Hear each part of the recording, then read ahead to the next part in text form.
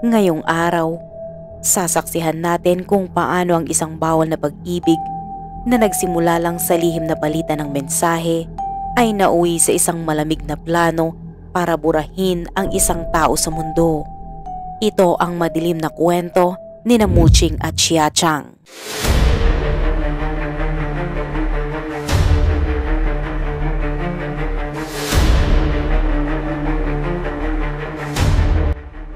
Noong ika-3 ng Mayo taong 2014, abala ang isang marangyang hotel sa Guangzhou, Guangdong Province, China sa pagdagsa ng mga bisita mula sa iba't ibang lugar. Sa gitna ng umagang abala, nakatanggap ng abiso ang front desk na nakapag-check out na ang occupant room 316. Agad na ipinadala ang isang kasambahay upang linisin ang nasabing silid. Tinulak niya ang kanyang cart na puno ng mga panlinis hanggang sa dulo ng pasilyo. Pagbukas ng pinto, agad niyang napansin ang kakaibang kaayusan ng kwarto. Makintab ang ibabaw ng mesa na parang bagong punas, malinis ang carpet na walang kahit isang mantsa, at higit sa lahat, walang laman ang basurahan. Naisip niya na siya ay swerte at magiging magaan ang trabaho niya sa araw na iyon. Ngunit saglit lang ang kanyang ginhawa. Pagbukas niya ng pinto ng banyo, sinalubong siya ng isang hindi pangkaraniwang amoy na nagpasuray sa kanya. Lubog sa malabong tubig ang sahig at ang mga mumunting bara ay kumalat sa bawat sulok na walang natitirang tuyong bahagi. Napilitan siyang takpan ang kanyang ilong habang pinipigil ang pagkahilo at pagduwal. Napansin niya na may tila nakabara sa drain. Kaagad niyang kinuhang isang metal na hook mula sa kanyang cart at dahang-dahang isinuksok ito sa butas ng drain. Paghatak niya, lumabas ang isang madilaw na malambot na bagay na kahawig ng karne. Nang tuluyan ng umagos ang tubig, imbis na mawala ang amoy, mas lalo pa itong lumakas. Mabilis niyang itinapon ang mga bagay sa basurahan at ipinagpatuloy ang paglilinis. Muling humuhugot mula sa drain ang mga malapot na substansya na kulay at teksturang kahawig ng taba ng hayop. Habang nililinis niya, mas nagiging matindi ang masangsang na amoy na halos hindi na niya matiis dahil sa masikip na espasyo ng banyo. Nagtaka siya kung ano ang maaaring ipinasok ng nakaraang bisita sa drain. Tinigil niya ang kanyang hininga at muling sumilip upang masuri ng mas mabuti ang natitirang mga malapot na substansya. Sa sumunod na sandali, nanigas siya sa kanyang kinatatayuan at nanlaki ang kanyang mga mata. Sa pagitan ng mga malambot na dilaw na piraso at mga taba, tila may mga tipak na kahawig ng balat ng tao. Agad siyang umatras, tumakbo palabas ng banyo at diretsong bumaba sa front desk upang iulat ang kanyang nakita. Nanginginig pa ang kanyang tinig sa pagkabigla habang ikinikwento ang pangyayari.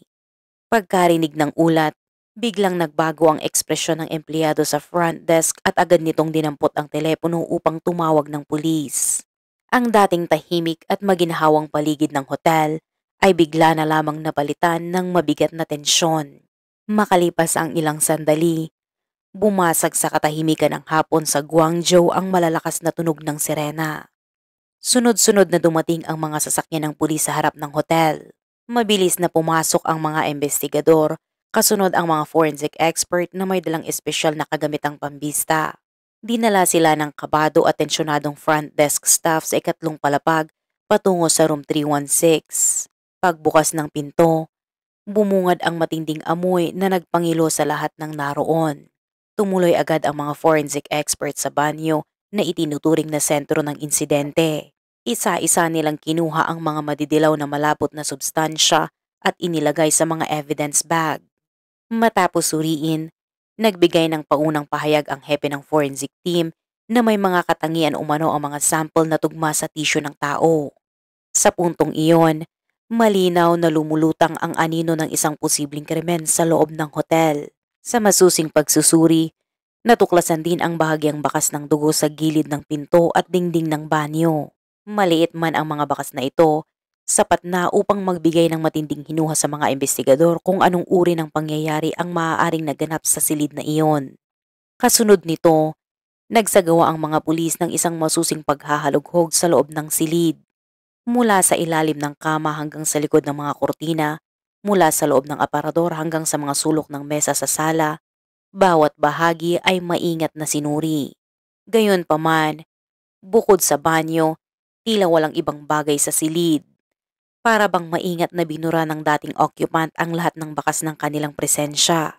Pinalawak ng mga pulis ang paghahanap sa buong ikatlong palapag ng hotel at sa isang sulok ng hagdanan, natagpuan ng mga investigador ang isang dilaw na plastic bag.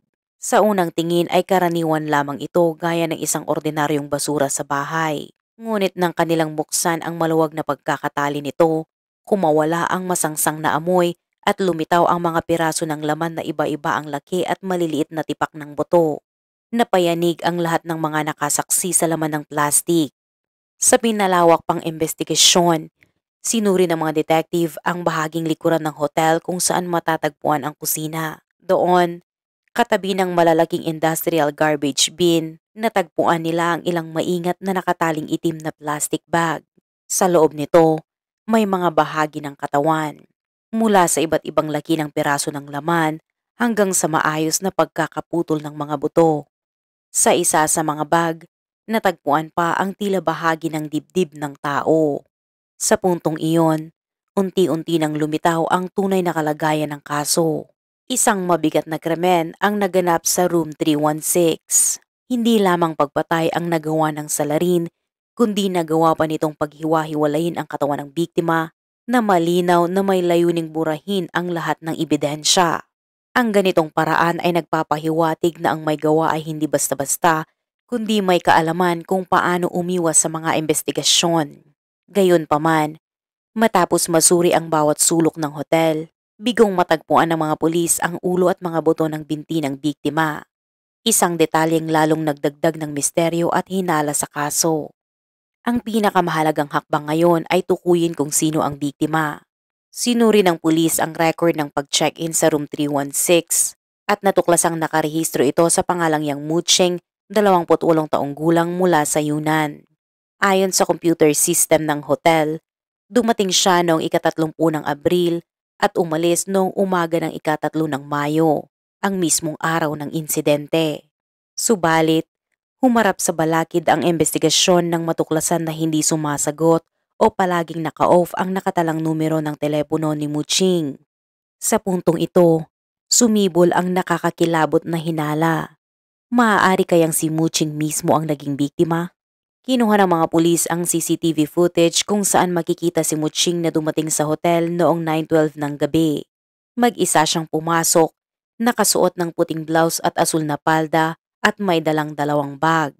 Matapos makapag-check-in, umakyat siya sa kanyang silid, ngunit makalipas lamang ang halos 10 minuto, muli siyang bumaba sa front desk upang humiling ng karagdagang toiletries. Mula rito, ipinagpalagay ng mga pulis na may isa pang taong titira sa silid kasama niya. At tama nga sila. Makalipas lang ang ilang sandali, isang lalaking nakasuot ng puting baseball cap at face mask ang nakita sa CCTV. Lubos na natakpan ang kanyang mukha, na lalong nagpatindi sa pagiging kahina-hinala niya. Hindi siya nagrehistro sa front desk at dumiretso na agad sa ikatlong palapag. Nang suriin ang kamera sa pasilyo ng ikatlong palapag sa parehong oras, nakita ng mga pulis ang lalaki na ito na kumakatok at pumapasok sa room 316 ni Muching. Ang nakapagtataka, mula noong siya ay nag-check-in hanggang sa araw ng insidente, hindi na muling nakita si Muching sa alinmang kamera ng hotel. Samantala, ang kahina-hinalang lalaki ay ilang ulit na lumabas at pumasok sa hotel sa loob ng 3 araw na palaging may dalang mga bag at laging maingat na tinatakpan ang kanyang mukha. Ayon sa konfirmasyon ng front desk, noong alas 9 ng umaga noong ika-3 ng Mayo, siya ang nag-check out mula sa room 316. Hindi na muling nakita si Muching. Nakuhanan pa sa CCTV ang lalaki na lumalabas ng hotel, habang bitbit ang bag ni Muching sa isang kamay at isang pulang plastic bag sa kabila bago tuluyang umalis sa pasukan ng hotel. Batay sa impormasyong ito, nagkaroon ng matibay na hinala ang mga pulis. Malamang na siya ang pumatay at naghiwa-hiwalay sa katawan ni Muching. Pinaniniwalaan din nilang magkakilala ang dalawa dahil kung hindi, malabong pagbuksan agad ni Muching ang pinto noong ika-30 ng Abril. Kung susundan ang lohika, Malamang na isang taong kakilala at pinagkakatiwalaan ng biktima ang gumawa ng krimen. Ang tanong na lamang ngayon, ano ang kanyang motibo? Sinimulan ng pulisya ang pagsisiyasat sa mga koneksyon ni Muching. Kinabukasan, inilabas ng Forensic Department ang kanilang resulta. Lahat ng sample ng tissue ay mula sa isang babaeng nasa hustong gulang. Sa pamamagitan ng DNA matching, nakumpirma nilang si Muching nga ang biktima. Makalipas nito, nakontak ng mga pulis ang pamilya ni Muching. Ayon sa kanila, alam nilang magbabakasyon si Muching sa panahon ng May 1 holiday, ngunit hindi nila alam kung saan siya pupunta o kung sino ang kasama niya. Sa pamamagitan ng tawag, nalaman ng pulisya na si Muching ay mula sa Yunnan at nagtatrabaho bilang accountant sa isang state-owned enterprise sa Guangzhou matapos magtapos sa universidad. Maganda ang kanyang ugnayan sa mga katrabaho at wala siyang naging malaking alitan sa kahit kanino. Dagdag pa rito, matagal na siyang kasal at maayos ang kanilang pagsasama. Subalit 1 taon na ang nakalipas mula nang masawi ang kanyang asawa na si Cheng Hao sa isang aksidente sa sasakyan. Isang pangyayaring lubos niyang ikinabigla at ikinalungkot. Noon, labis siyang nanlumo at hindi agad nakaahon mula sa matinding lungkot ng pagkawala. Si Muching ay kilala ring maganda at maayos ang pangangatawan, kaya't hindi siya nawawalan ng mga manliligaw. Gayunpaman, sinabi niya sa pamilya na hindi na siya muling mag-aasawa pa. Dahil dito, naniniwala ang kanyang mga kaanak na wala siyang kasintahan. Dinala ng pulisya ang 2 kamag-anak ni Muching sa Guangzhou sa estasyon upang ipakita ang CCTV footage ng kahina-hinalang lalaki. Sinabi nilang hindi nila ito kilala at ni minsan ay hindi nabanggit ni Muching na may malapit siyang kaibigang lalaki. Ngunit kapansin-pansin sa mga pulis na ilang ulit na pumasok at lumabas ang lalaking ito na laging may dalang mga plastic bag. Posible kayang sa mga bag na iyon ay nakalagay ang nawawalang ulo at mga buto sa binti ng biktima? Dahil dito, inilaan ng mga investigador ang kanilang atensyon sa lalaki sa video. Kailangang malaman kung saan siya nagtungo matapos umalis ng hotel upang masundan ang kanyang mga galaw. Sinuri nila ang mga surveillance footage sa kahabaan ng ruta mula sa hotel at matapos ang maingat na pagsusuri, nakita nila ang lalaki na lumabas sa harapan ng isang malaking palengke malapit sa hotel. Pagpasok niya sa palengke, dala pa rin niya ang bag ni Muching sa isang kamay at ang isang pulang plastic bag sa kabila. Ngunit makalipas ang 3 minuto, nang siya ay lumabas, wala na ang pulang bag. Pagkaraan nito, mabilis na nawala ang lalaki sa mga kuha ng CCTV. Nagbigay ito ng kilabot sa mga investigador. Kung siya nga ang pumatay kay Muching, malaki ang posibilidad na ang pulang bag ay naglalaman ng mga nawawalang bahagi ng katawan. Kung itinapon niya ito sa palengke at may makakita, maaaring magdulot ito ng matinding takot. Mas nakakatakot pa kung mapagkamalang buto ito ng baboy at maiuwi ng hindi nakakaalam. Dahil walang kamera sa loob ng palengke at dagsa ang tao roon, agad na nagpadala ang pulisya ng mga tauhan upang magsagawa ng masusing paghahanap at magtanong sa mga tindero isa-isa. Sa wakas, sa isang basurahan sa sulok ng pwesto ng karne ng baboy, natagpuan nila ang pulang plastic bag. Sa loob nito ay may bahagi ng buto. Kinuha ito ng pulisya para sa pagsusuri at agad na nakumpirmang ito ay buto ng hita ni Muching. Nang mabuo ng forensic team ang lahat ng natagpuang bahagi ng katawan maliban sa ulo, napansin nilang ang paraan ng pagkakapira-piraso ay ginawa ng may mataas na kasanayan. Dahil dito, lumitaw ang teorya na ang salarin ay maaaring isang doktor o may karanasan sa pagkatay ng hayop. Sa kabila ng pagtatanong sa mga nagtitinda sa palengke, wala ni isa ang nakakakilala sa lalaki at wala ring nakapansin sa kanya. Lumilitaw na siya ay labis na naging maingat. Ang tanong ngayon, saan kaya siya nagtungo matapos lisanin ang palengke? Batay sa naging hinuha ng mga investigador, malamang na ang natirang bag ni Muching na dala ng kahina-hinalang lalaki ay naglalaman ng ulo ng biktima. Tiyak na maghahanap siya ng ibang lugar upang ito ay tuluyang maitapon. Habang tila patungo sa dead end ang investigasyon, may ilang pulis ang nakapansin sa mga nakaparadang motorsiklo sa labas ng palengke na naghihintay ng pasahero.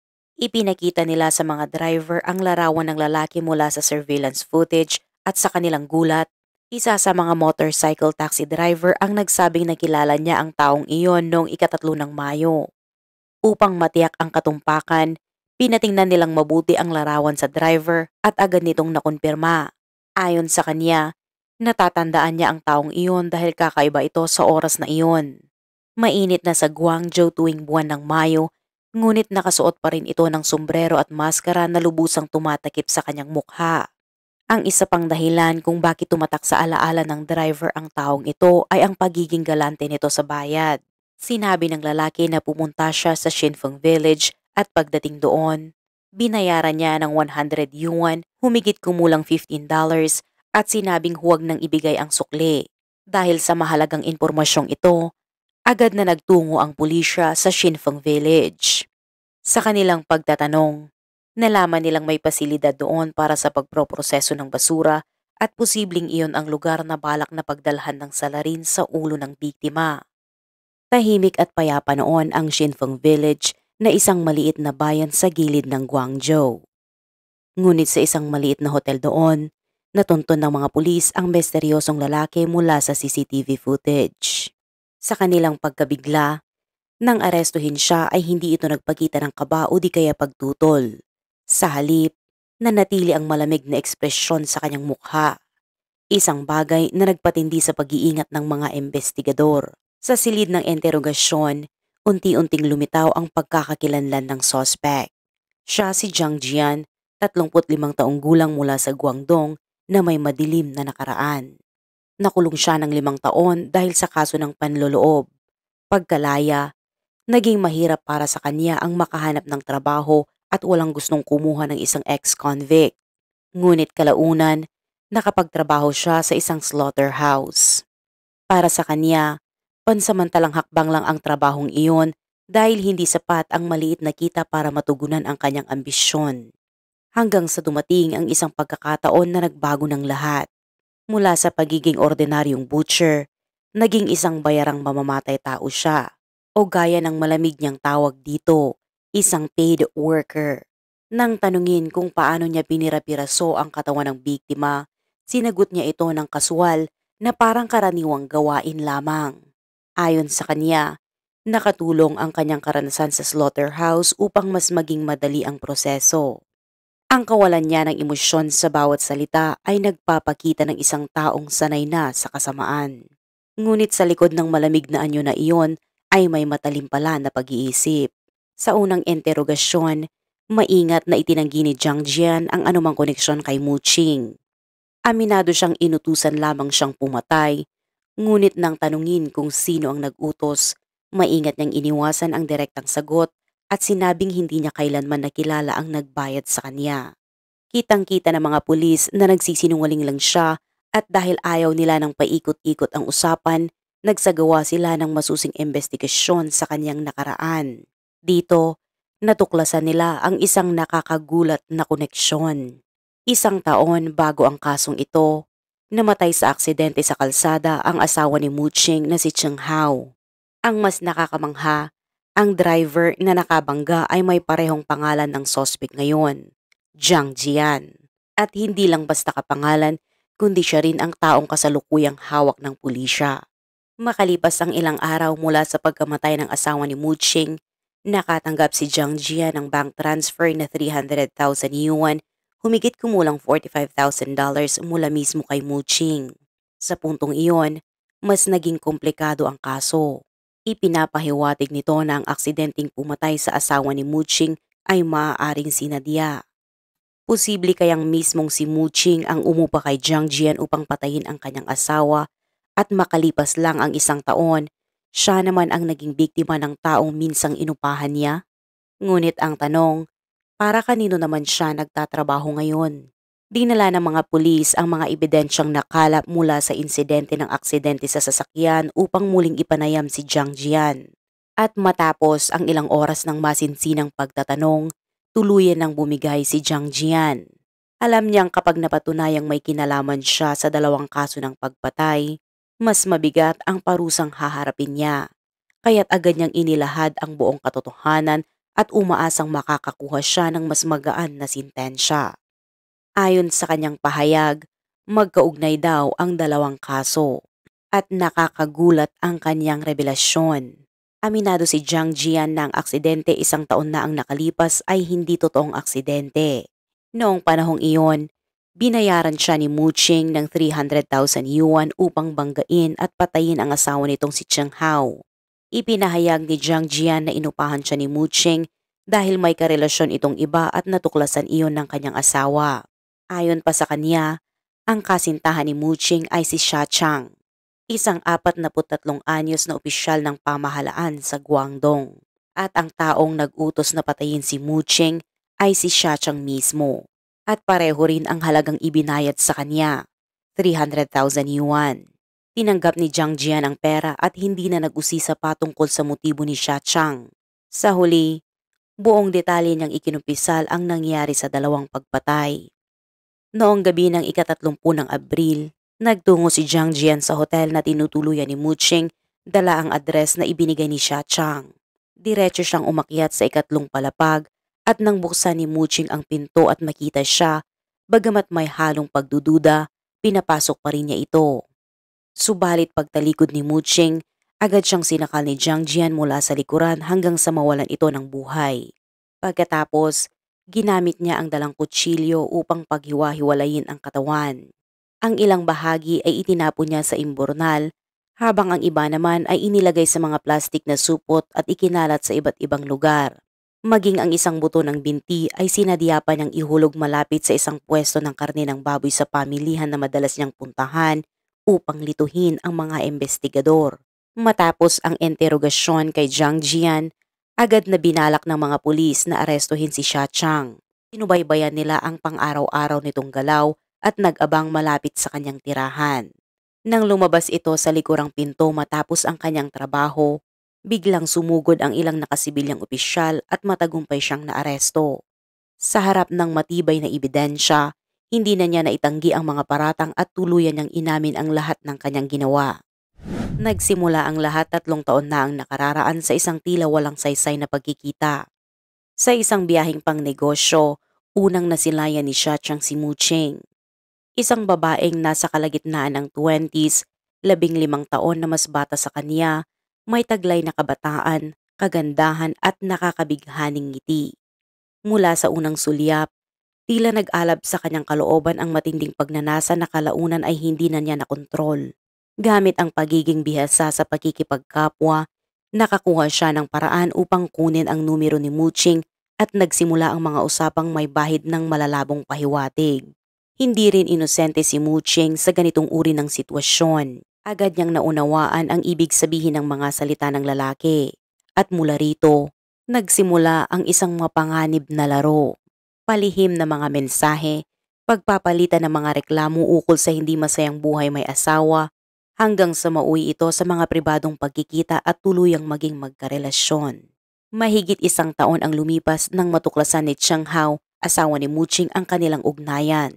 Sa halip na matigil, ginamit ni Mu Qing ang sitwasyon upang itulak ang sarili sa direksyong ninanais niya. Nais niyang magkaroon ng mas maginhawa at mas marangyang pamumuhay. Isang bagay na hindi niya nakikita sa kasalukuyan nilang pagsasama. Kaya nagpasya siyang hilingin ang diborsyo kay Cheng Hao upang masimulan ang bagong buhay na matagal niya nang inaasam. Ngunit laking gulat niya nang magbago ang ugali ng dating mahinahong asawa matapos matuklasan ang pagtataksil. Mariin itong tumanggi sa diborsyo at palihim na kumuha pa ng tao na susubaybay sa kanya at kay Xia Chang. Nakakuha siya ng mga larawan ng kanilang pagiging magkasama at ginamit ang mga ito upang takutin si Mu Qing. Binabantaan nitong ipapakita ang mga ebidensya sa asawa ni Xia Chang at isisiwalat ito sa kanilang pinagtatrabahuan na tiyak na sisira sa kanilang reputasyon. Sa sobrang takot, lumapit si Mu Qing kay Xia Chang ng gabing iyon upang pag-usapan ang kanilang gagawin. Nang marinig ni Xia Chang na plano ni Cheng Hao na ilantad ang kanilang relasyon, bigla siyang natigilan. Bilang isang opisyal ng pamahalaan, alam niyang kapag sumabog ang eskandalong ito, tuluyang masisira ang kanyang karera at pangalan. Sa kaba at takot, unti-unting nabuo sa kanyang isipan ang isang nakakapangilabot na plano. Ang tuluyang pagkawala ni Cheng Hao ang tanging paraan upang mailigtas ang lahat. Upang maisakatuparan ang plano, hinanap ni Xiaochang ang isang kilalang hitman na si Jiang Jian. Sa pamamagitan ni Mu Qing, nagbigay siya ng 300,000 yuan upang makipag-ugnayan kay Jiang Jian at ayusin ang isang insidenteng magmumukhang aksidenteng banggaan ng sasakyan. Sa huli, naisakatuparan ni Jiang Jian ang kanilang plano at sa insidenteng iyon, nasawi si Cheng Hao sa isang stage na aksidente sa kalsada. Nang siyasatin ng Department of Transportation, idineklara ito bilang isang aksidente. Si Mu Qing, bilang malapit na kaanak ng biktima ay kusang nagpasya na huwag magsampa ng kaso dahilan upang makalabas si Jiang Jian matapos lamang ang ilang buwang pagkakakulong. Sa ganitong sitwasyon, natural lang na tapos na ang lahat at magpatuloy ang bawat isa sa kani-kanilang buhay nang walang dinadalang konsensya. Ngunit nakakagulat na makalipas lamang ang isang taon, muling inupahan ni Xiaochang si Jiang Jian, ngunit sa pagkakataong ito, mismong si Mu Qing na ang target. Ano ang nangyari at bakit mula sa dating matalik na ugnayan ay nauwi ito sa matinding hidwaan? Matapos mamatay si Cheng Hao, tuluyan nang naging malaya si Mu Qing mula sa anumang hadlang at mas naging madalas ang kanilang lihim na pagkikita ni Xiaochang. Subalit, sa relasyon na walang pagkilala sa publiko, unti-unting nawalan ng direksyon si Mu Qing. Nagsawa rin siya sa buhay na palihim at ayaw ng manatiling kabit na hindi man lang maipagmamalaki. Tinulungan pa niyang alisin ang sariling asawa para lamang kay Xiaochang, ngunit nananatili pa rin siyang walang kapangyarihan. Dahil dito, mas madalas niyang pilitin si Xiaochang na hiwalayan na ang kanyang asawa at minsan pa nga ay binabantaan siyang ibubunyag niya ang lihim nilang may kinalaman sa naunang pagpatay. Dahil sa mga pagbabantang ito, nagsimula na ring magkaroon ng tensyon sa kanilang relasyon. Pero para kay Xiaochang, wala talaga siyang balak na pakasalan siya. Para sa kanya, panlabas lang ang relasyon nila at ayaw niyang masira ang imahe niya bilang isang pamilyadong lalaki. Lagi niya na lamang pinapakalma si Mu Qing at laging sinasabing kailangan ng panahon para sa diborsyo. Ngunit nang mapuno si Mu Qing, nagbigay siya ng ultimatum na kailangang magdiborsyo si Xiaochang sa loob ng 1 buwan o isisiwalat niya ang lahat sa mga otoridad. Noong mga panahong iyon, napagtanto ni Xiaochang na siya ay naipit lalo na't nasa sensitibong yugto siya ng kanyang karera dahil pinag-iisipan siya para sa promosyon. Nakita niya si Mu Qing bilang isang banta na dapat alisin, kaya't muli niyang kinontak si Jiang Jian at pareho pa rin ang bayad na 300,000 yuan.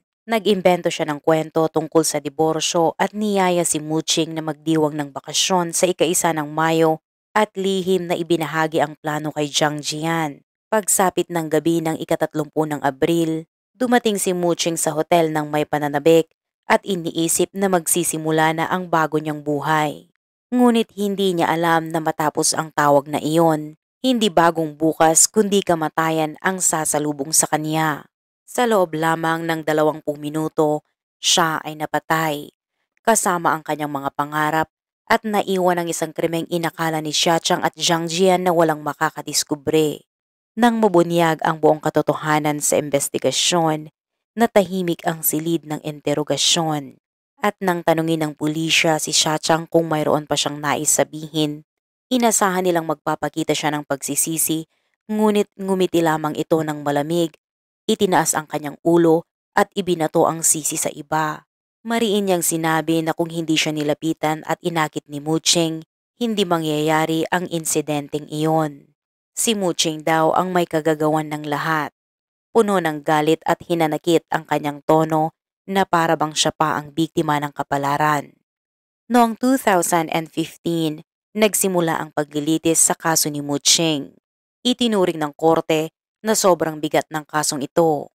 May mabigat na kalalagyan at wala silang nakitang dahilan para gumaan ang sentensya. Dahil dito, parehong hinatulan ng kamatayan sina Xiaochang at Jiang Jian at habang buhay na tinanggalan ng karapatang pampulitika.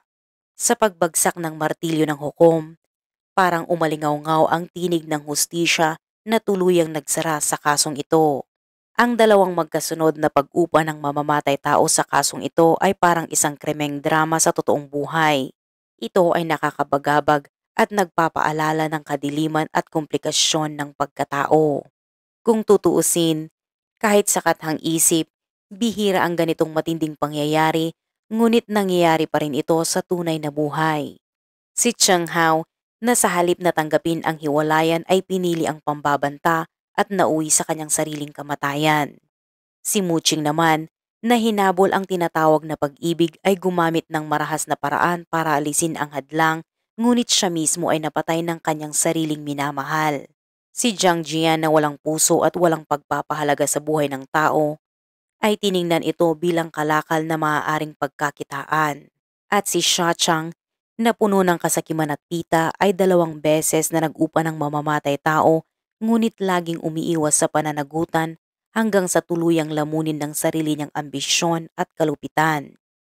Sa huli, ang mga desisyon at kapalaran ng 4 na tao na ito, si Cheng Hao, si Yang Mucheng, Jiang Jian at Xia Chang, ay nagsisilbing malinaw na halimbawa ng trahedya na dulot ng banggaan ng pagnanasa at moralidad sa kalaliman ng likas na pagkatao. At dito nagtatapos ang ating pagtatalakay sa kasong ito. Isang kwento na nagpapakita kung paano maaaring magdala ng trahedya ang maling desisyon, kasakiman at kakulangan ng konsensya. Anong masasabi mo sa kasong ito? Ibahagi sa comment section sa ibaba. Huwag kalimutang i-like at mag-subscribe para sa iba pang mga investigative stories. Maraming salamat muli sa panonood. Hanggang sa muli.